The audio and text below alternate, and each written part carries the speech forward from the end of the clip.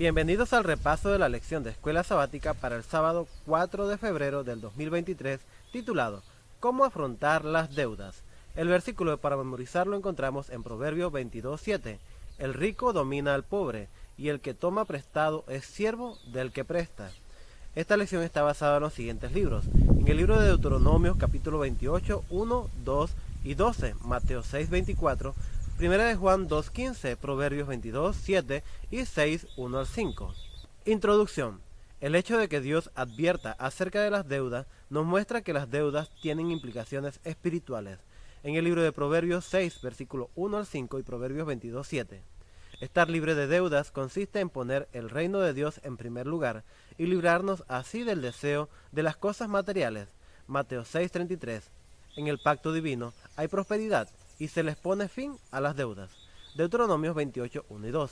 Sin embargo, para que estas promesas se materialicen, es necesario que sintamos amor por Dios, que se traduce en la obediencia a sus mandatos, a los votos tomados durante el bautismo, incluyendo la fidelidad en los diezmos y en las ofrendas. Salmos 50, 14, 15 y Malaquías 3, 7 al 12. El acreedor se enseñorea del deudor, Proverbios 22, 7. Pero según Jesús, solo Dios debe ser nuestro Señor, Marcos 12, 29.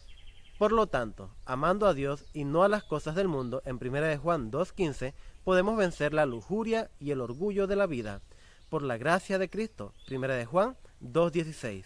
No debemos conformarnos con esta época materialista y consumista, que conduce al endeudamiento y a las insolvencias.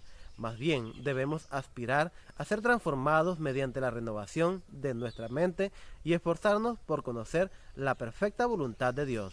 Romanos 12, 1 y 2. Dios desea que aspiremos a una vida de contentamiento. 1 de Timoteo 6, 6. Libre de deudas. Romanos 13, 8.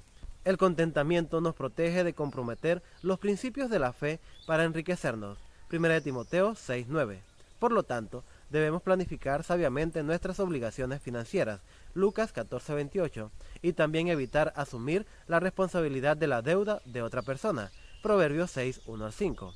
Al seguir estos sólidos principios bíblicos, propiciaremos la diligencia y estaremos preparados para tiempos difíciles y situaciones imprevistas, Proverbios 6, 8. Cuando nos abastecemos de acumular deudas y el amor del dinero, nosotros como cristianos podemos experimentar las gozosas bendiciones que Dios promete a los fieles. Malaquías 3:10 al 12. Comentario. Dios puede ofrecer alivio en cualquier situación de endeudamiento. Sin embargo, en la mayoría de los casos Dios pone en nuestras manos la solución al problema de la deuda. Al fin y al cabo, somos sus mayordomos y debemos actuar de acuerdo con su voluntad y bendición. Como cristianos, debemos esforzarnos al máximo para no deberle nada a nadie. Romanos 13:8. Además, desde la perspectiva de un acreedor, el cristiano no debe explotar a los que necesitan ayuda financiera. Las enseñanzas bíblicas nos invitan a ser generosos y, si es posible, a perdonar a los hermanos que nos pueden saldar sus deudas. Deuteronomios 15, 1 al 4. Generalmente la deuda es un fenómeno complejo con aspectos personales, sociohistóricos y espirituales. Como tal, limitaremos nuestros comentarios a algunos consejos prácticos que la Biblia ofrece sobre el tema. Principios bíblicos para estar libres de deuda. Parte A. Poner a Dios en primer lugar. Mateo 6:33. Número 1. Dar la máxima prioridad a Dios. Mateo 6:25 al 34. Dios no quiere que nos endeudemos, porque Él ama la prosperidad de sus siervos. Salmos 35:27. Por lo tanto, siempre se debe buscar a Dios en primer lugar en cualquier crisis de endeudamiento. Salmos 105:4. La deuda puede tener un origen espiritual y en tal caso se debe reflexionar sobre la necesidad de confesar los pecados financieros, como el hurto y la usura. Ezequiel 18, 12 al 13. La codicia, que es idolatría, Éxodo 22, 12 y Colosenses 3, 5. La infidelidad en los contratos, Romano 1:31, y el amor al dinero en 1 de Timoteo 6:10, y la infidelidad a los diezmos y las ofrendas en Malaquía 3:7 al 10. Aquellos que se han desviado del plan divino necesitan volver a Dios y renovar el pacto con Él, Salmos 50, 14, 15, Malaquías 3:7 al 12. A esto, Dios les promete liberación y bendición.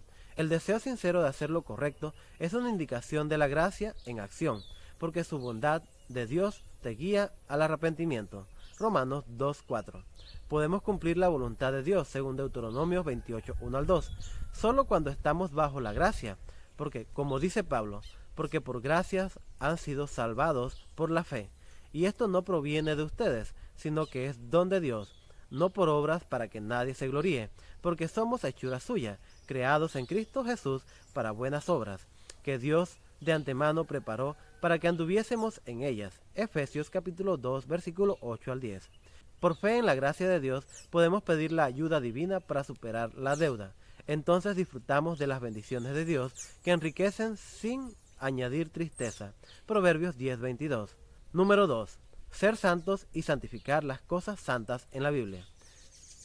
Dios considera santo, escogido y especial a su pueblo. Éxodo 19:6, 1 de Pedro 2:9. Esta santidad se demuestra cuando su pueblo guarda los mandamientos, según Deuteronomio 28:9. El diezmo también es santo, Levíticos 27:30 y 32. Y las ofrendas son santas, según Número 18:29. En estos pasajes la palabra santo es Kodesh. Entonces el diezmo y las ofrendas son Kodesh, que significa santificado, apartado para el Señor. Retener el diezmo y las ofrendas es apropiarse indebidamente de las cosas sagradas o santas que han sido dedicadas exclusivamente a Dios y por lo tanto hay que devolverlas, según Levíticos 5:15 y 16. En las escrituras del Antiguo Testamento era necesario restituir lo que se había retenido antes de que haya expiación con sangre y antes de que la persona pudiera recibir el perdón. Levíticos 5:16. Por lo tanto, cuando el pueblo retenía los diezmos y las ofrendas, se apartaba de Dios y no prosperaba. Malaquías 3:7-10. Porque había profanado las cosas santas. Dios no cambia, y este principio de restitución en cuanto al diezmo y a las ofrendas en Malaquías 3:6-8 sigue vigente. Apresúrense, hermanos y hermanas, en devolver a Dios un diezmo fiel y en llevarle también ofrendas de agradecimiento voluntarias. Hay muchos que no serán bendecidos hasta que restituyan los diezmos que han retenido. Parte B. Busca ayuda, según Proverbios 15:22. Pide consejo a amigos y profesionales. A veces es necesario reconocer la condición de endeudamiento y buscar ayuda entre amigos y familiares. Se debe buscar tratamiento en caso de deudas causadas por un trastorno psicológico, adicción a las compras. Si este es el caso, podría ser útil buscar ayuda espiritual de parte del pastor, los miembros de la familia o los amigos de confianza. Pedir apoyo de amigos en este proceso puede aligerar la carga y alentar la decisión de resolver el problema. Antes de la honra está la humildad. Proverbios 18:12. El pueblo de Dios debe considerar las ventajas que se obtienen de pedir consejos sabios y experimentados a personas aversadas y profesionales financieros y psicológicos, porque con los muchos consejos prosperan. Según Proverbios 15:22. Si los que han tenido éxito en la vida estuvieran dispuestos a recibir instrucción, podrían adquirir hábitos de abnegación y economía estricta y tener la satisfacción de ser dispensadores de caridad en vez de receptores de ella. Testimonio para la Iglesia, tomo 3, página 440. Número 2. Pide ayuda y sabiduría divinas. La ayuda divina puede representarse en forma de discernimiento. En la Biblia, la administración sabia es un regalo de Dios. El sabio declara que con ciencia se llenan las cámaras de todo bien preciado y agradable. Proverbios 24:4. Así como el apóstol recomienda procuren las mejores dones en 1 Corintios 12:31, también podemos pedirle sabiduría para cuidar de nuestras finanzas, especialmente en tiempos de dificultades económicas. Santiago recomienda esta búsqueda de sabiduría según Santiago 1:5. La palabra ciencia en Proverbios 24:4 significa percepción, habilidad y discernimiento para los negocios. Por lo tanto, a la prosperidad material la preceden los principios comerciales bíblicamente sólidos sobre cómo mejorar la administración del dinero que Dios puso en nuestras manos. Parte C. Ahorra. Proverbios 6:8. Lo que dice el consejo inspirado sobre el ahorro: sé como la hormiga, que en verano prepara su alimento para el invierno. Reserva siempre algo de dinero para tus ahorros. Incluye en el presupuesto un porcentaje regular dedicado a este fin. Guardar para el futuro fue sabio consejo que Dios le dio a José en Egipto. Génesis 41:46-47. Ahora, para que puedas tener suficiente para el futuro o para un momento de crisis, no gastes si realmente no lo necesitas. Desde el más encumbrado hasta el más humilde, los obreros de Dios deben aprender a economizar. Parte D. Elabora un presupuesto. Lucas 14, 28 al 30. El presupuesto es una herramienta de planificación financiera para gestionar los ingresos y los gastos. El presupuesto es importante porque sin planificación es imposible esperar tener éxito en cualquier empresa. Usted debiera cuidar que sus gastos no excedan sus entradas. Ora al preparar un presupuesto. Haz planes de poner a Dios en primer lugar. Mateo 6:33. Sé realista y consulta a otros miembros de la familia sobre lo que es mejor para todo el hogar. La Biblia desaprueba enérgicamente a los que no cuidan de los suyos. Si alguno no cuida de los suyos, mayormente de sus familiares, niega la fe, y es peor que un incrédulo. 1 Timoteo 5:8. Incluye las necesidades de los menos afortunados en el presupuesto, porque atenderlos es parte de la religión pura y sin mancha ante Dios el Padre. Santiago 1:27.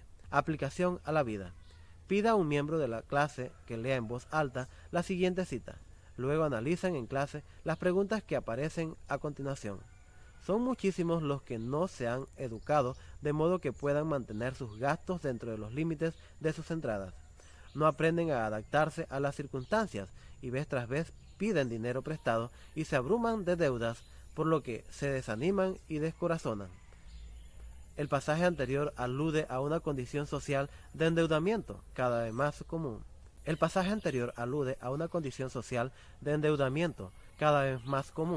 De manera que el fenómeno generalizado de la deuda puede llegar a muchos a creer que el endeudamiento es normal e incluso aceptable, a pesar de la angustia y las limitaciones que suele causar la deuda. Según Romanos 12, 1 al 2, en el pacto divino, Dios promete que su pueblo no se endeudaría con otros. Deuteronomio 28, 1 y 2. También estableció la liberación de los endeudados por parte de sus acreedores cada 7 años. Deuteronomio 15, 1 al 4. El modelo divino era no tener pobreza para no tener deudas. Deuteronomio 15, 4. ¿Por qué no se cumplió el modelo divino para Israel en términos de deuda? Malaquías 3, 6 al 10. ¿En qué medida nos puede estar pasando esto a nosotros? Expliquen. ¿Cómo evitamos este escollo en la actualidad? Y número 3. Algunas posibles fuentes de deuda son la deuda que escapan a nuestro control, causada por catástrofes naturales, enfermedades y guerras. B. Vulnerabilidad personal, que deriva de la falta de sabiduría financiera y de experiencia, capacidad o instrucción. C. La complacencia como resultado de los malos hábitos, la jactancia y el despilfarro. D. La deuda necesaria, que puede existir debido a ciertas inversiones comerciales, compra de vivienda y educación de los hijos, enfermedades. Gracias por haberte quedado con nosotros en el repaso de la lección de escuela sabática para este sábado. Te invitamos a que te suscribas a nuestro canal, comparte el enlace y dale un me gusta. Que el Señor te bendiga y que pases un feliz día.